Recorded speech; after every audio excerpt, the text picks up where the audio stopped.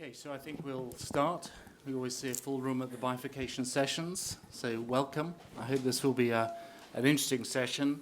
Bifurcation used to be all about the LAD diagonal, and whilst that is still the case, is also now about the big bifurcation, the left main, where we go now that the surgeons have, well, largely given up, to be fair.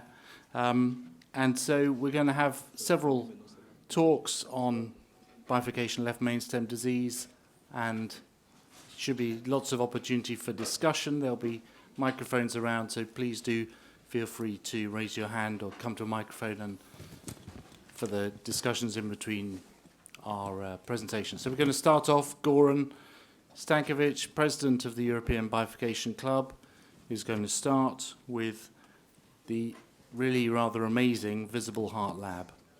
Yeah, Goran. Thank you very much, Dave. If I can have my slides, please. And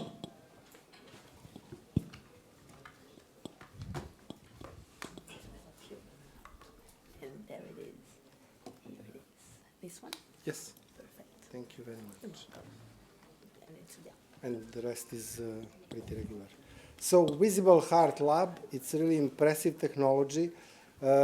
In order to better treat bifurcations, we use different models. We try to understand and solve potential technical difficulties and complications. So we use bench testing. We have really ormistograms from John Ormiston showing us why something is working poorly. And then recently we really switched to computational flow dynamic studies. Probably in the future when we do bifurcation, our goal will be to evaluate shear stress at the end of procedure, and procedure will be guided by shear stress evaluation. So far we have simulation, but nothing from my perspective is impressive as Visible Heart.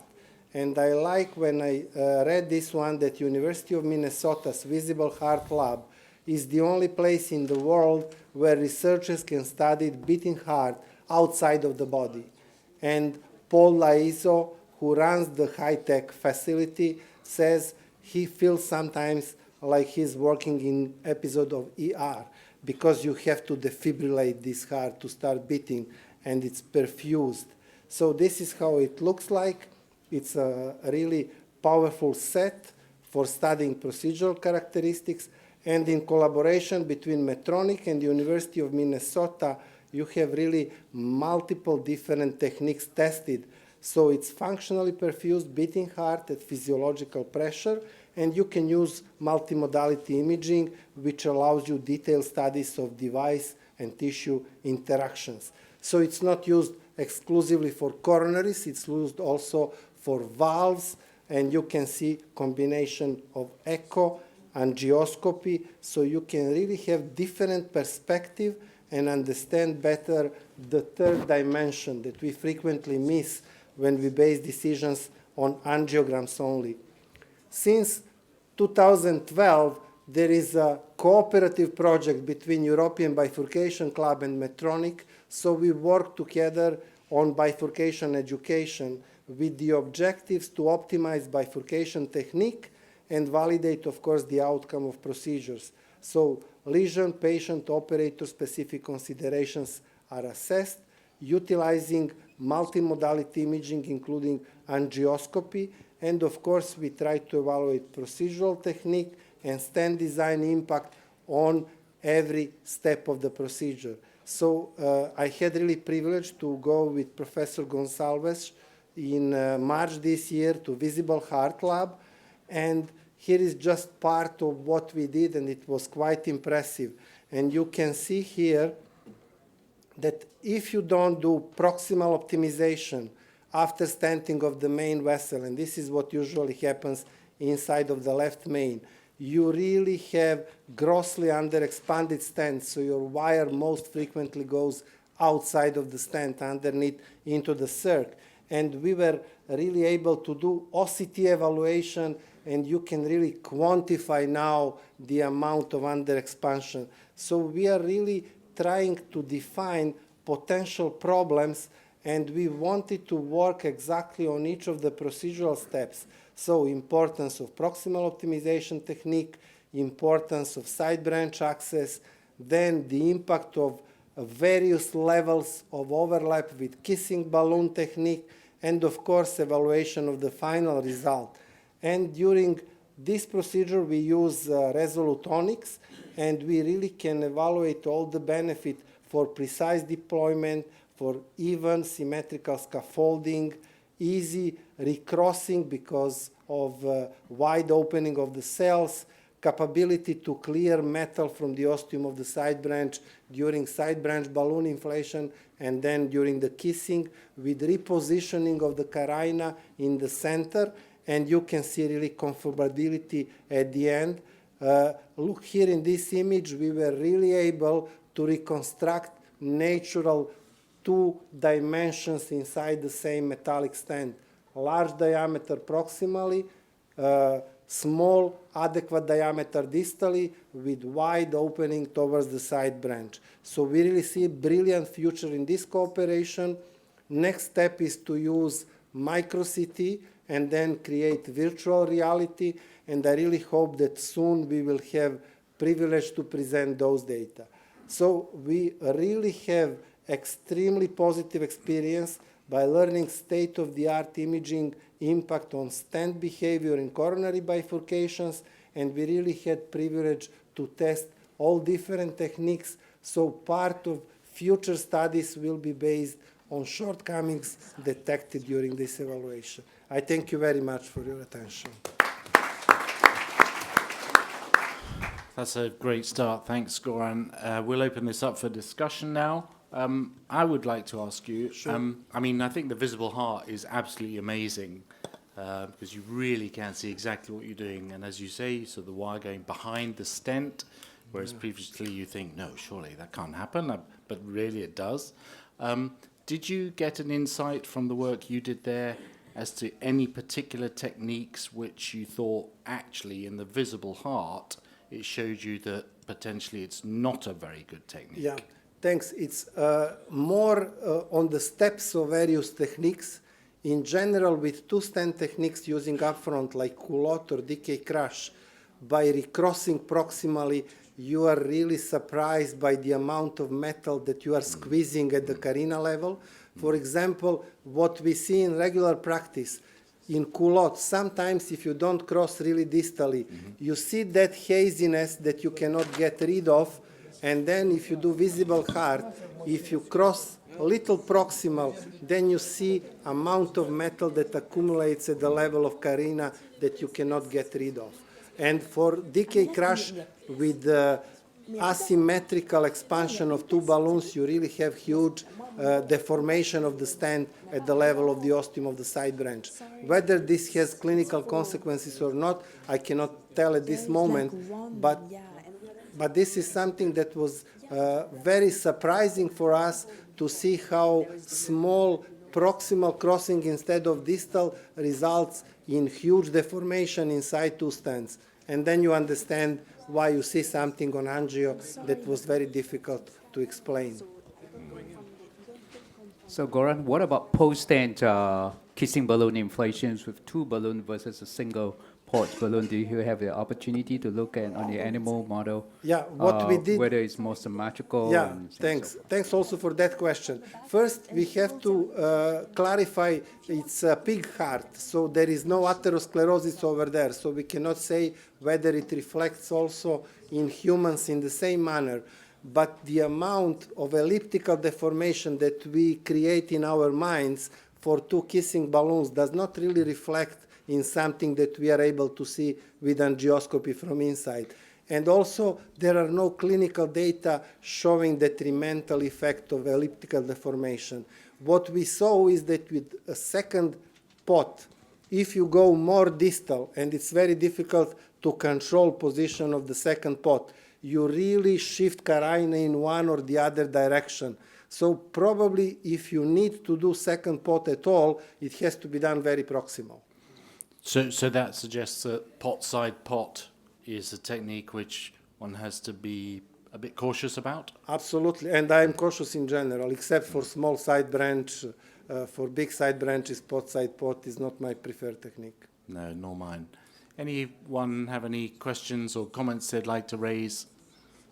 Don't be shy. There are microphones around if you would like to. When we make a new carina, we have to pot just proximally. Exactly. Not to distort the carina. Exactly, but for tap, if you make new carina, you have to go very proximal, because when you keep inflating, it goes in axial direction, and when you reach the axial maximum, then balloon expands longitudinally. With that longitudinal expansion, you actually push metallic neocarina. So you spoil all nice work that was previously done. But there is no concern in case of mini crush. In mini crush, it goes outside, so it's not in the middle of the main vessel stand. With tap, you have metallic carina inside the main vessel stand. Yes, please. Jan, nice presentation. Could you expand a little bit more on exactly placing the two balloons when you kiss?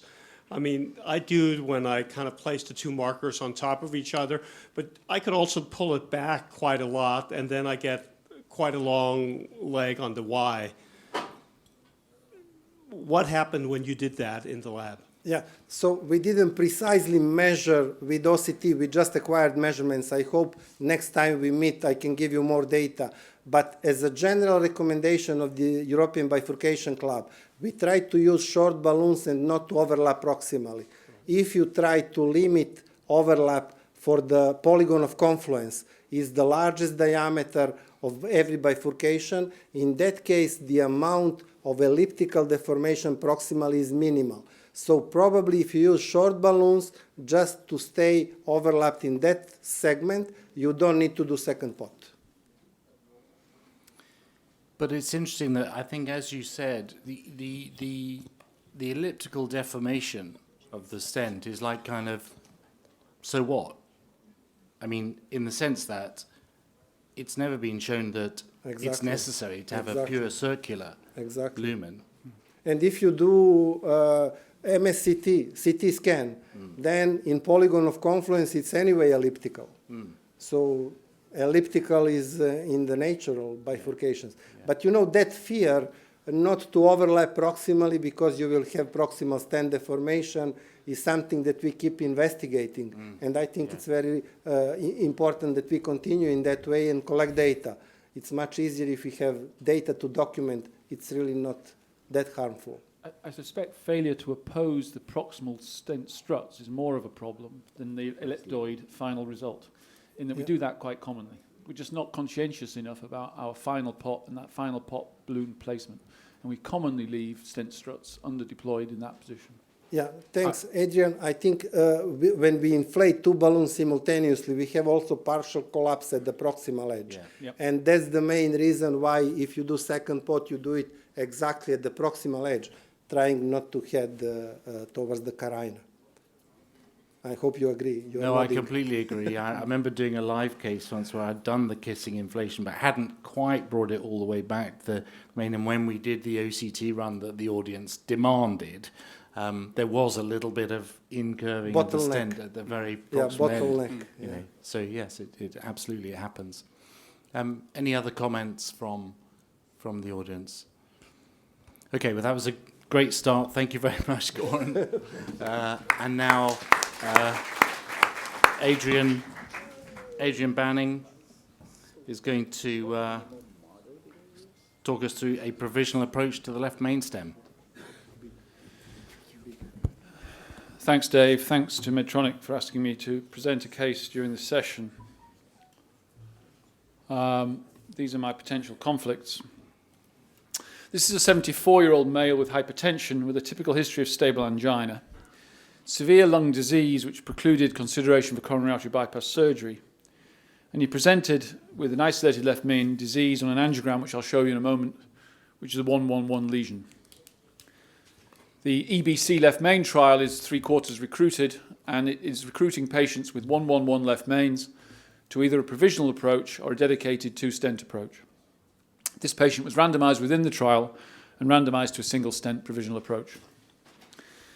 This is the angiogram, and I can hear you saying it in the back, it's not really a 111. It is. The pictures are not terribly representative, I promise you, and you'll see that I was telling the truth.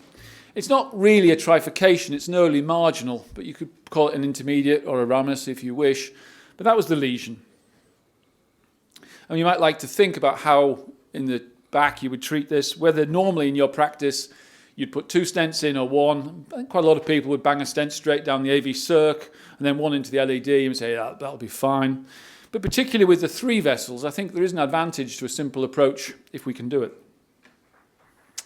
So we pre-dilated with a small balloon, and I really wanted to see what was in the circumflex, so I did intravascular ultrasound. This is the LED pullback, which, like all IVUS pullbacks in meetings, takes too long, but I will try and be patient and let it come back. You can see there's quite a lot of atheroma there. We're just at the bifurcation there. It's all pretty tight there. There's the other wire coming in. And that's plenty of that. This is the whoops, I won't go back. This is the cartoon then of that LED that we've just seen, where you can see the distribution of the plaque within the LED and its adjacency to the circumflex ostium. I skipped through the circumflex pullback, but I will show you the highlights here. And you can see that there is really quite a lot of plaque within the ostium of the circumflex. This is the true AV circumflex rather than the ramus. And that's the distribution of the plaque there. So we have a lumen area of 4.4 at the ostium of the circ, with a plaque burden of 78%. So quite a lot of plaque at that point, with a nice big, normalish looking left main. Once we get beyond the bifurcation, the distal left main. You can see that quite nicely there. So we had been randomized to a single stent. So we placed a single 4x18 onyx, and we deployed a pot balloon. And that was our result. You can see the circumflex ostium doesn't look bad. Now, it looks bad. Now, the problem we have is, as interventional cardiologists, our eyes are trained to find narrowings. That's what we do. We immediately focus down on the narrow bit. And it doesn't look right, and it doesn't look nice, and it's not how I wanted it to be. So what should I do? This is what it looked like before we started, with the ostium of the LED looking nipped. And this is what it looks like now. Should we jump in and put a stent down into circ? Should we put a stent into the ramus? What should we do? Well, my thought was perhaps, let's just hang on in there. Let's take some more pictures. So I did a pullback in the LED, and as you'll see, the LED pullback, predictably, looks pretty good. We're coming into stent now.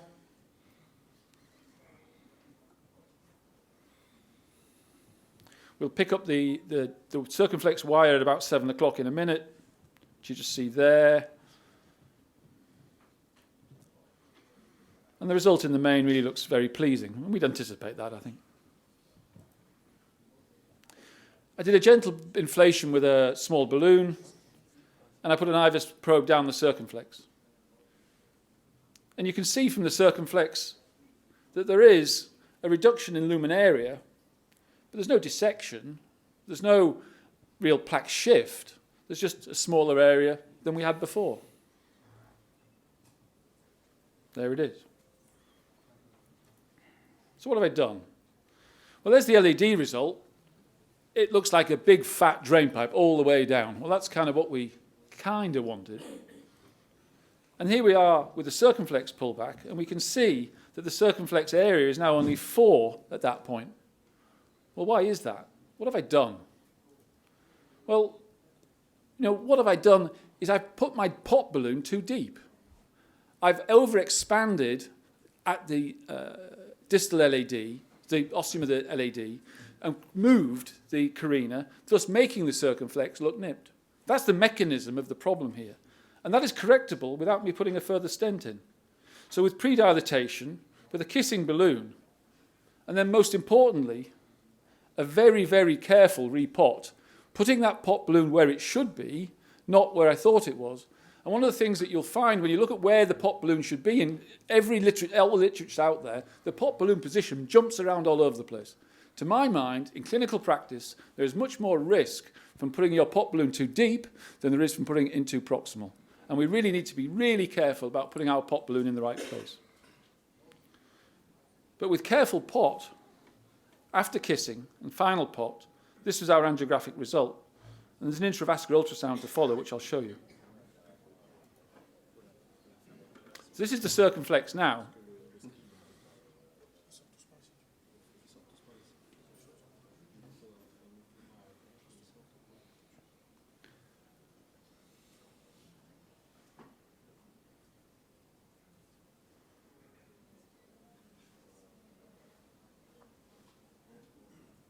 So pulling back towards the main, as you can see, really a very nice result.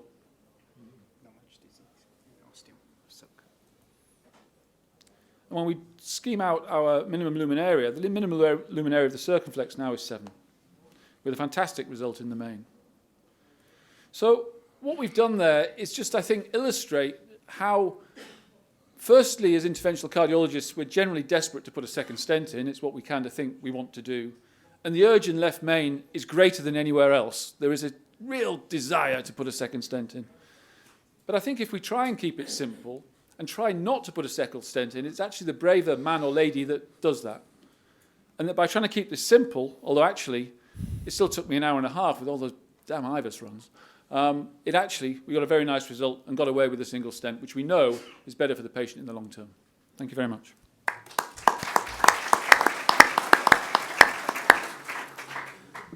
Yeah, I mean, that's one of the points here, isn't it? That actually to do a good provisional single stent strategy, you probably have, in some respects, to take greater care and greater precision than you do just, going straight for a dual stent strategy. I think we have a kind of reverse psychology about this, that there is a kind of a machoism or a kind of you're doing it properly if you put 2 stents in. I think actually it's harder to put 1 stent in. It requires more stamina. It requires a more decisive, and as long as you've not got dissection, then, really trying to avoid that second stent, I think takes a braver man or lady rather than not. Certainly, I'm quite surprised by the number of interventions I see at meetings like this and elsewhere in the world where there's a left main and 2 stents are put in, despite all the evidence that we've so far accrued in the non-left main, and it seems all the more important not to get it wrong in the left main, but it's very fashionable to put 2 stents in the left main.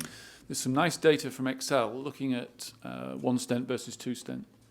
And the patient that came out, the group that come out worst are those patients with who have 2 stents when actually the second branch, or usually the circumflex, was not particularly stenosed. So putting 2 stents in where you didn't need it is a particularly bad outcome. Except for DK crush. It is the odd one now. Wait a second, you have your go in a minute. In your opinion.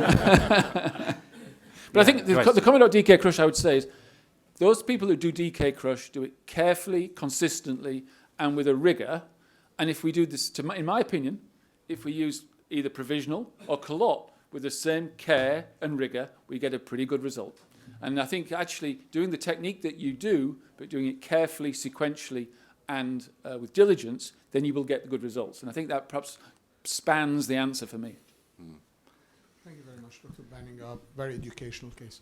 2 quick questions. One of them is we don't always have short, large balloons, very short, large balloons. Do we have to be very mindful with the amount of metal we have before the bifurcation so that you can always perform a pot with a short balloon not reaching the bifurcation? Because sometimes that would mean going through the inventory before actually starting the case. Yeah, so you'll see that I used an 18 stent there. What you've got to do is you've got to think about your pot balloon on the shelf before you put your stent in. And you've got to make sure that the length of the stent is correct to allow you to put your pot safely, not as we often kind of do, we just put it in, we kind of finish it where we think it ends. What we think about is we think about where the distal end of the stent should end. We don't think enough about where the proximal end of the stent should end. And we need to be sure, now clearly it can be difficult with a short main, but where possible we should be sure that the stent length is right to allow us to pot safely. And if you had an FFR or IFR wire across that proximal circuit which wasn't looking very nice, and you found that was 0.94, would you still have fixed it? Because I mean, the discussion as to whether we should open the struts because we can is an interesting one. And if I'm honest, I've kind of oscillated back and forth. I think my current position would be I certainly don't open the struts anywhere except the left main.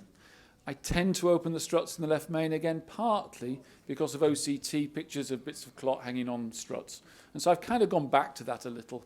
But I certainly don't do it for diagonals and circumflexes. And OMs. But I kind of gone back to doing that. And part of it, again, if I'm honest, I think there's quite a lot to be said for getting good practice. And good practice to getting, wiring that distal cell, doing it carefully. The more we do it, the better we get. I have one comment regarding two-stent techniques in general, especially in the left main. What we learn from 3D analysis of bifurcation angle, the paper coming from Girazis, if you fix the movements of two vessels in systole by putting too much of metal, then you have the worst clinical outcome in general. So it's a hinge point, circ going in this direction, LED in this direction. So it's something to think of when you decide to put second stent. This is why I'm in general against upfront two-stent strategy. Start with main one, and then if you need, you can always put second stent. So this is more my personal perspective. Second is related to use of IVUS to determine stent diameter that you are using.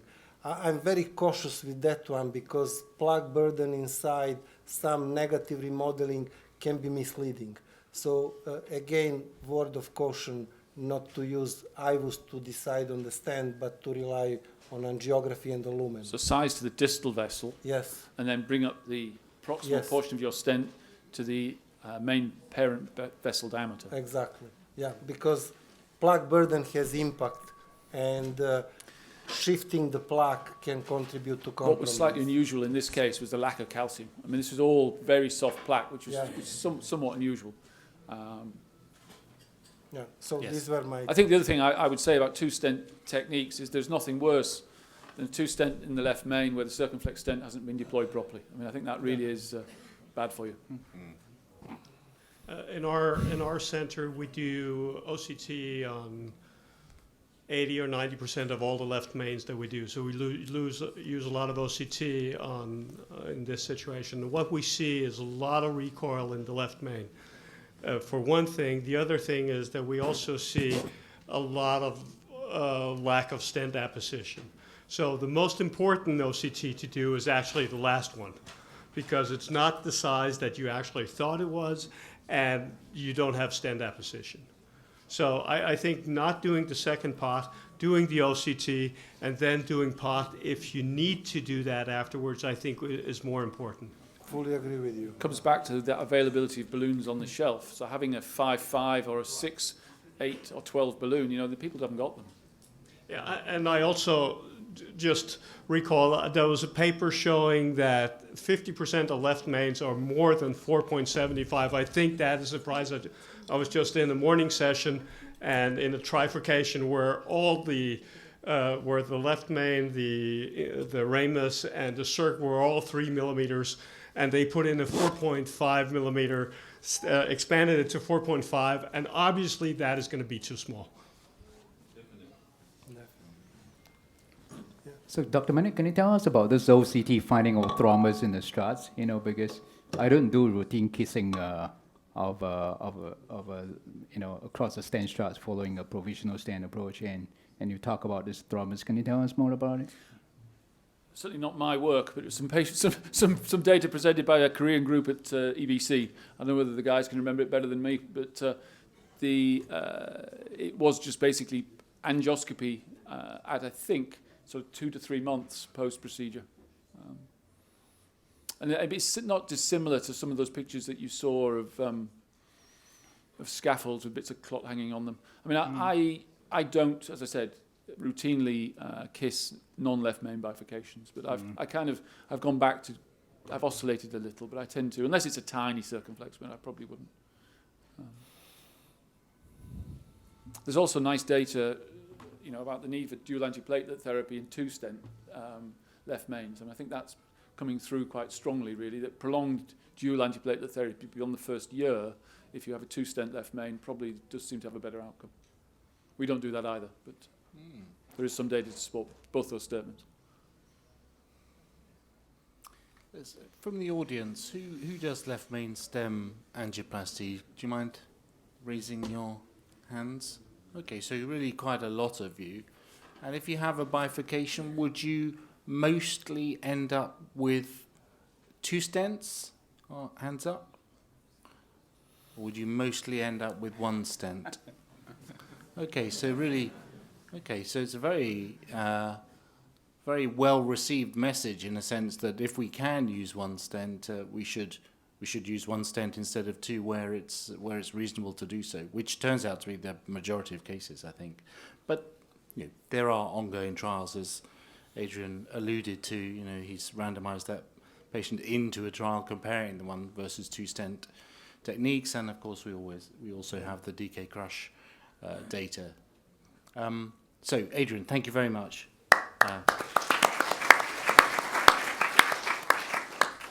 And now really perfectly timed, I would say, as a counterpoint to that, Dr. Professor Jean Tan, everybody has to be a professor these days, is going to come and talk to us about DK crush.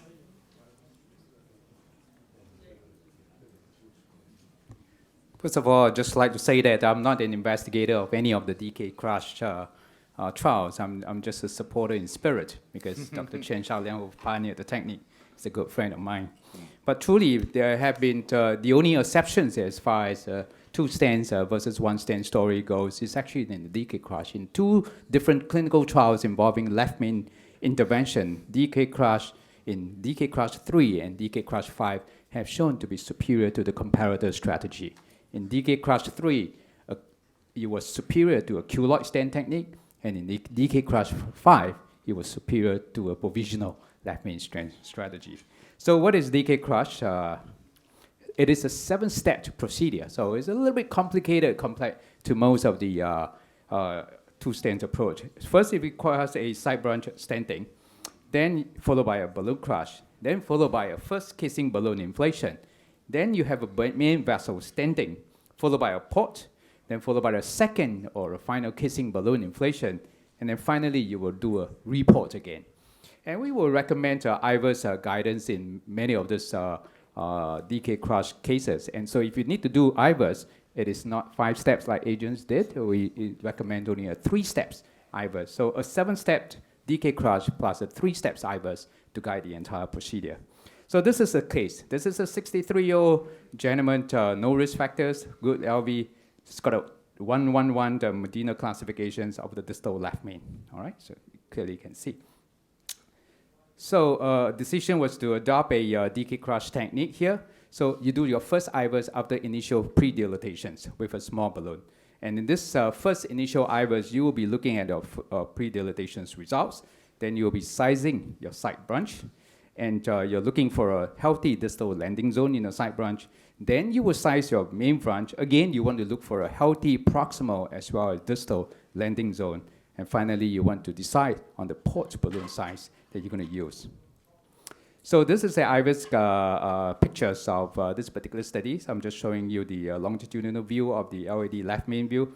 And you can see that the guide wires in the circumflex, and this is the various parameters that we were talking about, which can be obtained from an IVUS study. So having done the IVUS study, the next thing you do here is to stent the side branch first. So a stent was, let's go back here and click here. So this is a side branch stent that is cross the circumflex into the left main. And this is the deployment of the side branch stent. And this is the final results after the initial side branch stents. Noting that there is actually a balloon across the main vessel all this time. And then you pull out the side wire, and then you do your first balloon crush. So this is a balloon crush. And then you take a larger balloon and you crush further. And then now you do your first rewiring. And I will have to say that in DK crush the first rewiring has to go through the proximal cell because the stent is now being compressed upon.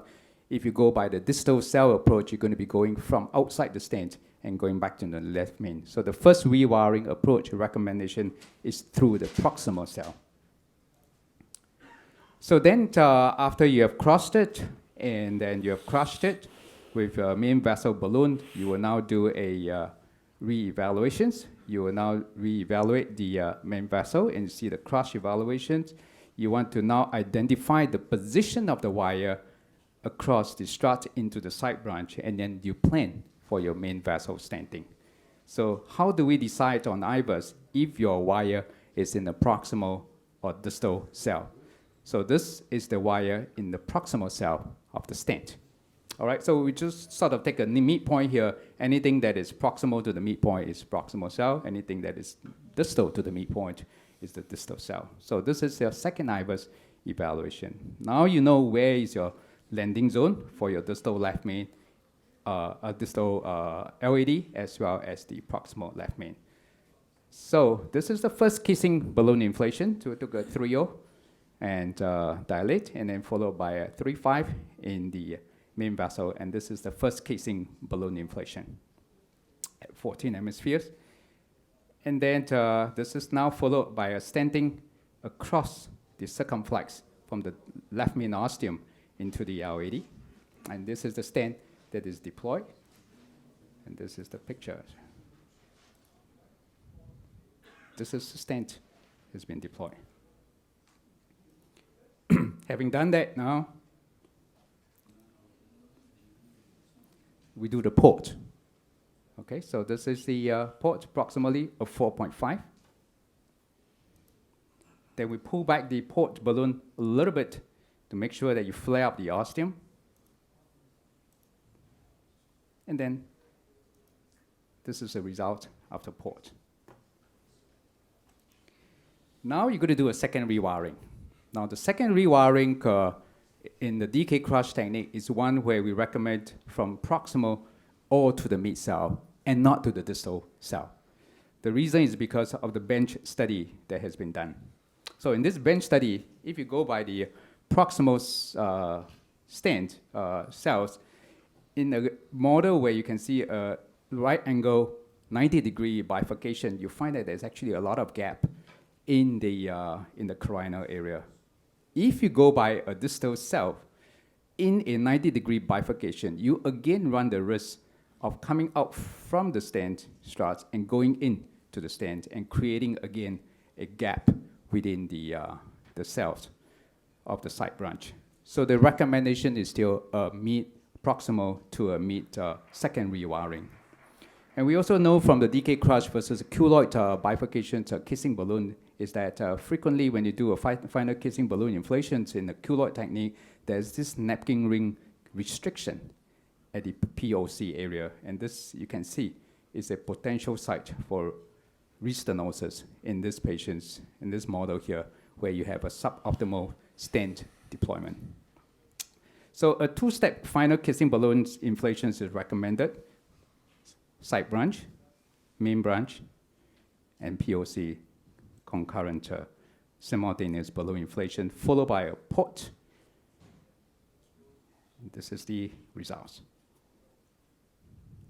And now you will do your third final IVUS, where you will look at optimal stent expansion, you look for any malapposition, you look for any residual edge stenosis and full lesion coverage, and make sure that there's no edge dissection. And so this is what will be IVUS in the LAD coming to the circumflex, fully expanded stent here. And if you look at the ostium of the LAD now, we are looking at a stent area of 8.91 square millimeter, which is pretty good. And if you pull back from the IVUS, from the circumflex, ostium is 10.3 square millimeter. That's pretty good as well. So this is the final results on angiogram. Looks very nice. Bring back the patients to 1 year later.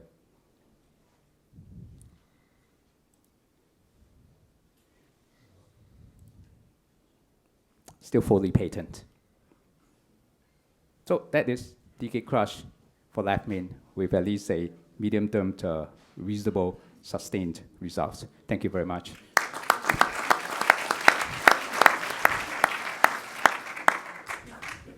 Your questions or comments, please take microphones. Thank you for your illustration, but I noticed that in the first crush of the balloon, you left the wire in. Yeah. Is that actually, usual? Or no, you should pull back the wire. Yeah, You pull back the wire? correct. Yeah. Yeah. Yeah, please just take the microphones. Actually, I'm asking about what about the flaring of the first stent? Do you adopt this when the stenting the side branch? We used to flare the proximal end of the side branch just to facilitate us to choose the proximal cell.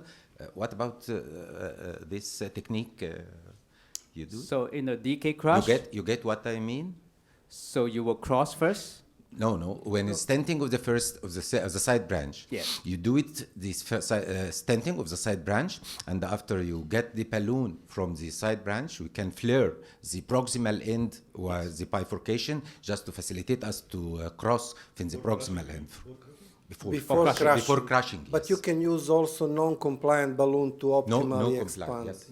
Yeah. So in a side branch stenting, you will actually protrude it about 2 to 3 millimeter into the main vessel. So it's like a mini crusher. And then you crush it with a non-compliant balloon in the main vessel. Yeah, while waiting for, please take microphone. Do you think that there is a major clinical difference between mini crush and DK crush apart from the final success rate of kissing balloon inflation, which are obviously higher with DK crush? If you could always cross the mini crush with the final kiss, do you think it's equivalent? Yeah, so if you can cross, that's good. But there's always a risk of you not being able to cross into the side branch. Taking that factor aside, are there any other proposed theoretical benefits to DK crush over mini crush, or is it just the greater success of the final kiss at the end, which is actually only... I think that is the biggest advantage of the DK crush. It ensures a side branch access all the time. It's a kind of truism, isn't it, that if you always get a better result with 2 stents if you set out to do 2 stents from the beginning. And that was a case where it was a 2-stent case, really long diffuse segment of circumflex disease. Now, whether that's just whether it's just when you try and bail out, you feel bad about having to bail out. But I think generally you get the best result with 2 stents if you set out to do 2 stents, and that's just how I feel about it. But if you compare 2 angiograms, yours and the other one was clear 2-stent strategy up front. It's just selection, which one you want to select. Mm-hmm. If you are in UK, I guess Culot, no? Yeah, probably. Yeah. If you are in Asia, probably DK Crush. And I'm really impressed with the refinements that you are keeping all the time. Really, I like very much first pot with large balloon, because the size 3.5, which is adequate for left main for LED ostium, was not sufficient for left main. So you crushed first with 3.5, and then you took like pot position with bigger balloon, and you performed the first crush with large balloon, like for the pot. I think those refinements with pot after first stent, pot after at the end, each time Professor Chen and of course the whole group working on this is listening very carefully comments and implementing. And I'm really convinced if you do procedure like yours with imaging, with really careful 3 times spot, kissing, adequately sized balloons, non-compliant high pressure, I'm confident long-term follow-up will be really optimal. And of course, that's how we get the results that are at least as good as surgery or potentially better than surgery. I think when we started off doing left main 15, 20 years ago, there was this urgency that we needed to get it's the left main, we must do it quickly, this is dangerous stuff, the quicker we're out of here, the better. What we see is if we take our time and we do it carefully and we get a great result, as you did, that's going to be a robust result that's going to last. And that's what I think we must endeavour for our patients where they could have had either therapy. If we're going to do stents, we've got to do careful stents very diligently and make sure we get a result like you did, which is fantastic. I have a question regarding proximal crossing, because I learned that from visible heart actually. With longer crushed segment, it's very dangerous also to cross too proximally, because if you cross too proximally, when you inflate balloon, you create long metallic neocarina. And it was impressive, and I hope we will have micro CT. So what I like very much is a very short crushed segment, and then strategy of proximal crossing applies. But if you crush longer segment, crossing too proximal could be dangerous. Yes.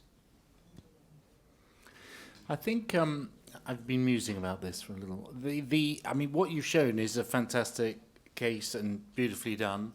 And I think it sort of plays to Adrian's point of saying that whatever particular technique you use, and of course we should all primarily be looking to use a provisional technique where possible. But if in your armamentarium you're going to have a two-stent strategy, which is perfectly reasonable, then you choose one and you get really good at it, and then you can get the results like the ones that you've shown. And I suppose part of the difficulty with the data that we currently have, and this is slightly provocative, so bear with me, is that in the DK Crush trials, it turned out that they were very, very good. Correct me if you think I'm wrong about this, but I think it shows that they were very, very good at doing the DK Crush, the operators in that trial. But they weren't really that invested in doing an equally good job with, for example, the provisional technique and the culotte. Now, perhaps I'm being a little unfair, but in the provisional technique, for example, in DK Crush 5, there was a 3% stent thrombosis rate, which is very high for a provisional technique, and they also didn't do the pot before crossing into the side branch to do a kiss. So I suppose what those trials show for me is that if you do invest the time and the energy in a particular technique and make sure you do it as meticulously as you showed, then you will get a good result. But it still seems to me to be a truism that where you can manage to use a single stent rather than two, that is really to be desired. We will wait and see whether the results of EBC main correlate with those of DK Crush 5, but it will be, I think, interesting to see some of the differences pan out. I don't know. Have I been fair? No, I think your comments were very reasonable. I think it is true that the operators were extremely skillful in performing a DK crush, and that the comparator arm could have been a more suboptimal results than usual. But that's what the trials showed us. And so we just needed to be corroborated with the EBC bin and tell us whether truly that finding is exceptional rather than the rule. Of course, it was worth, I'll come to you in a second, it was worth pointing out that actually in the DK Crush trials as well, the extent of disease was considerably more. I mean, in the side branch, there was 15 millimeters of disease, so it's like, well, you're going to struggle to do that with a single stent strategy, actually. On average, it was 15 millimeters. There was a question in the middle there. What do you think about Take a microphone, the please. provisional approach with self-expandable stent? When he said take the microphone, he also meant use it. What do you think about the provisional approach with the self-expandable stent in left main bifurcation disease? Well, personally, I think intuitively it potentially can make good sense. It can make good sense in STEMI in the left main as well, when you've got difficulties knowing exactly what the true size of the lumen is. But I don't know of much data that is necessarily strongly supportive. I mean, Stentis, for example, it's been around for a very long time, is gaining ground with the trial data that it has. But I think theoretically it can be potentially a good option. What do you think? My concern is recrossing. You know, there are disconnectable struts. Yeah. So if you cross proximally, if you disconnect proximally, you are pushing a lot of metal inside the main vessel. And this is what people are very careful to avoid if possible. So I think left main is probably the best indication for dedicated systems. I'm not so sure that self-expandable system is one that will win at the end. But in the future, if we see comeback of dedicated systems, it will definitely be inside the left main. That's certainly true. Thank you very much. That was wonderful. Personally, I've never had an instance where I was not able to recross, but just out of curiosity, in the trials, was there any percentage of not being able to recross first or second time, and what happened to those patients? In the comparator arm or in the DK crush? In the DK crush. DK crush, everybody crossed second Everybody. time. Yes. Everybody crossed every time. Everybody In crossed. provisional, 80%. In provisional, they crossed 80%. 20% they couldn't cross. And do we know? And what in happened to DK those crush, no, I don't know. Okay. Yeah, I'm from the other side. Do you think part of the popularity of the two-stent strategies, I mean, I've been recently to India and to China, and it's kind of all the rage there. Is it partly to do with the optimal immediate result angiographically that you get? Do you think people go, oh, look at that, it's amazing, and the patient gets a CD and everything? I mean, I'm not But having that also explains why it's difficult to do a provisional. If your Yes. eyes are used to getting a result like this, Yeah. then a provisional won't always look as nice as that. Yeah. It maybe Yes. just doesn't look quite so nice. And therefore, there is, as I said earlier, there is a requirement to have a certain amount of training to say it's okay to leave that. Yes, but do you think that is a No, a I like factor to or think not? that it's clinically driven, Yeah. that two-stent strategy is adopted for a reason. I mean, this is truly the big bifurcation that we are talking about here, and you want to get the best possible results, but obviously it has to be ischemia-driven. Yeah. Well, It's not purely ocular stenotic, I hope. sometimes in acute situations, we resort to mini crush rather than DK crush. So in this case, which part of the wire crossing is preferred? Because we know now proximal and then distal, but what about mini crush? Which struts you'd rather So cross? actually, DK crush is a mini crush to begin with. So you I mean, still it's be one step. It will be one step because in DK crush, first proximal and then distal. right. But in mini crush, what will you do? Distal, proximal. No, it's the same. It's the same.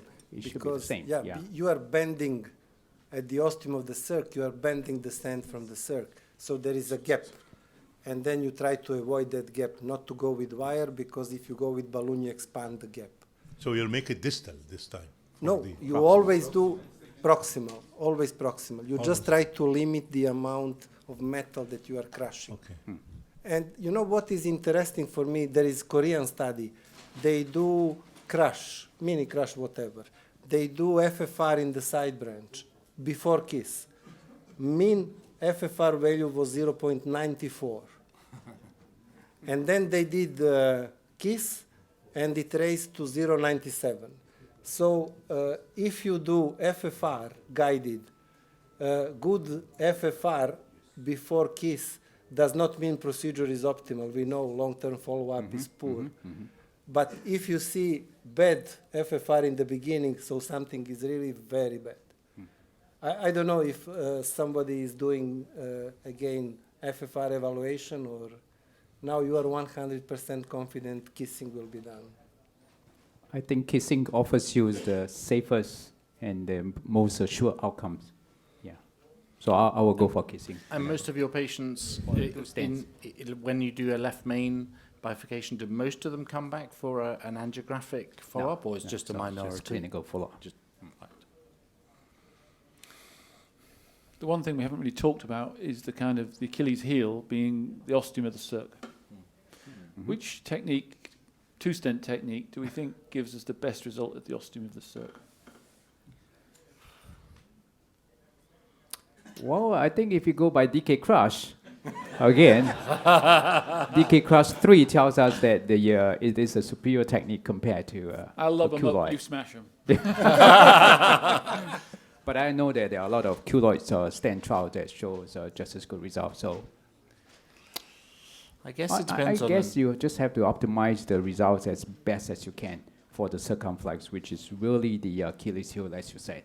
You want to get the maximum stent area possible with your stenting as far as you can. Do you think there's a role for drugeluting balloons in side branches with provisional stenting, to the panel particularly? Well, it's all been a bit disappointing so far. I mean, there ought to be.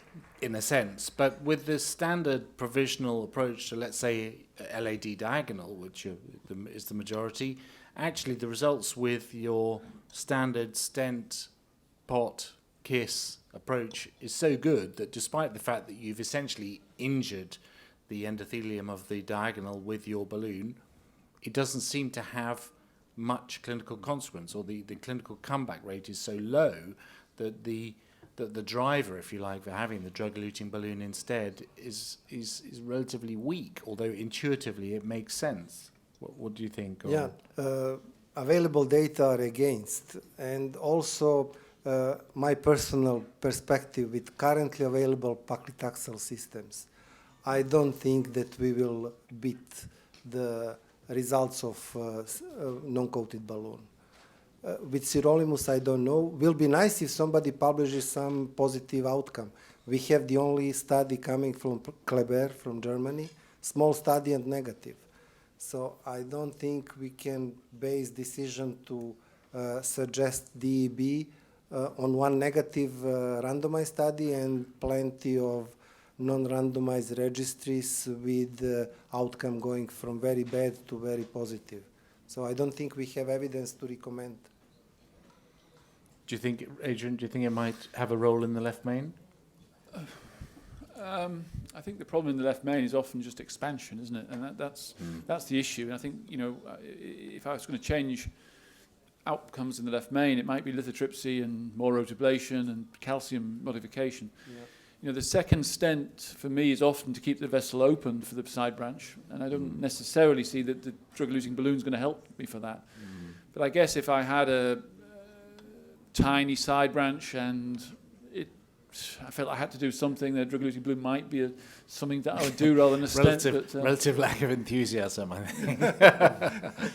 But it's a good question. Dr. Osley? Yeah, I just want to make some, just to add on with regards to having optimal results in the circumflex. And this is in the initial period about 10 years ago, when I deployed the stent and I thought the results were good. It turns out not to be that good. And you must take an extra effort to actually use a non-compliant balloon, a proper size, and make sure you go very high pressure. Because, and a personal communication with SJ Park, he said the same thing, and he did an IVS and said, the extra effort of using a non-compliant balloon, take it at high pressure, will give much better results and reduce the rate of instant restenosis and ostal cell. Yeah. Achilles cell. And it's really important. And actually, if you look at Excel, you see that people got pretty rubbish results, took pictures of pretty rubbish results, and then left them. So not only do you have to use the imaging, but you have to look at the pictures and then do something as a consequence. You know, if the circ stent is small, you've got to make it bigger before you leave. Just taking a picture of it isn't enough. And I think there's too much. And I think part, again, it's great to see that we've gone through this transition of not trying to do everything too quickly, not trying to be the fastest guy or fastest lady is the best interventionist. You know, being careful, and I think the CTO practice has kind of given us some of that, just to be careful and timely. You know, if it was my left main, I would like them to take 2 hours over it and do it really nicely, not to think, I can get this one done and go and have a cup of coffee. You know, it's important. Yeah. Doesn't work on intention to treat. What's the best strategy for isolated osteal left circumflex disease? So whether just one stent into circ round, I think it's not a bad option, particularly if it's a big circ. I don't think you have to. If it is a small circ. If it's a small circ, I might still do it. Medicine. Beta blockers, atenolol, higher dose. Yeah. With regular non-invasive testing.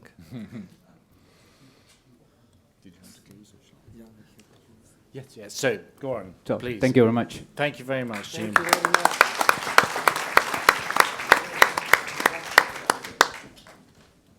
So the last case of the day.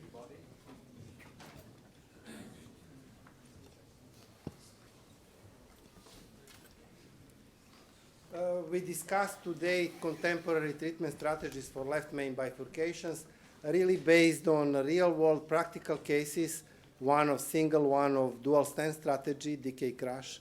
So solutions were provided for difficult access, protection of the side branch, selection of technique, and especially use of imaging. You saw extensive use of imaging in both cases. I like the final conclusion of Adrian that simple strategy was driven by 3 IVUS runs, so optimal result was achieved really using IVUS evaluation. And stent optimization is, I think, a must. We learn from bench testing, we learn from visible heart, and now in 2 cases which are really fantastic results achieved by optimization at the level not only of the left main, but careful evaluation of both Ostia, LAD, and circ. And I think it's also very important to understand the importance of newer generation DES, which is dedicated for large vessel treatment, because you saw that we have to go with 4.5, 5.0 post-dilatations, and we really need to know maximum dilatation capacity of available stents on the shelf before we decide whether we treat this kind of large left main. And potential risk of getting behind the proximal part of the struts was really clear. So in the left main, more than in any other bifurcation, proximal optimization is mandatory step. And you saw how carefully both operators were because of the potential risk of crushing the proximal left main stent with the guiding catheter throughout the procedure. So at the moment, we know that when we select stenting technique for the left main, we have to consider plug distribution, size of the branches, left main, discrepancy between left main, LAD, and circ, severity and length of the side branch lesion, bifurcation angulation, and of course, I think one of the most important aspects, personal operator experience and expertise with 1 or 2 stent strategy. What we have so far, single stent strategy in the Excel and Noble, when it's possible, seems to reduce major adverse cardiac events, mortality, MI, and stroke up to 3 years of follow-up. But also, if we select upfront 2 stent strategy, it seems that among 2 stent strategy, strong randomized evidence exists for decay crash. And EBC main, I think the most awaited study at the moment because we need to find the balance. I hope David can give us 1 sentence update, but we are very soon to finish the recruitment. Yeah, another 6 months. Okay, in 6 months, so for the next year, I hope we will have some data to share with you. And thank you very much for attending this session, and I thank also my co-chair and our presenters. Enjoy the rest of the conference.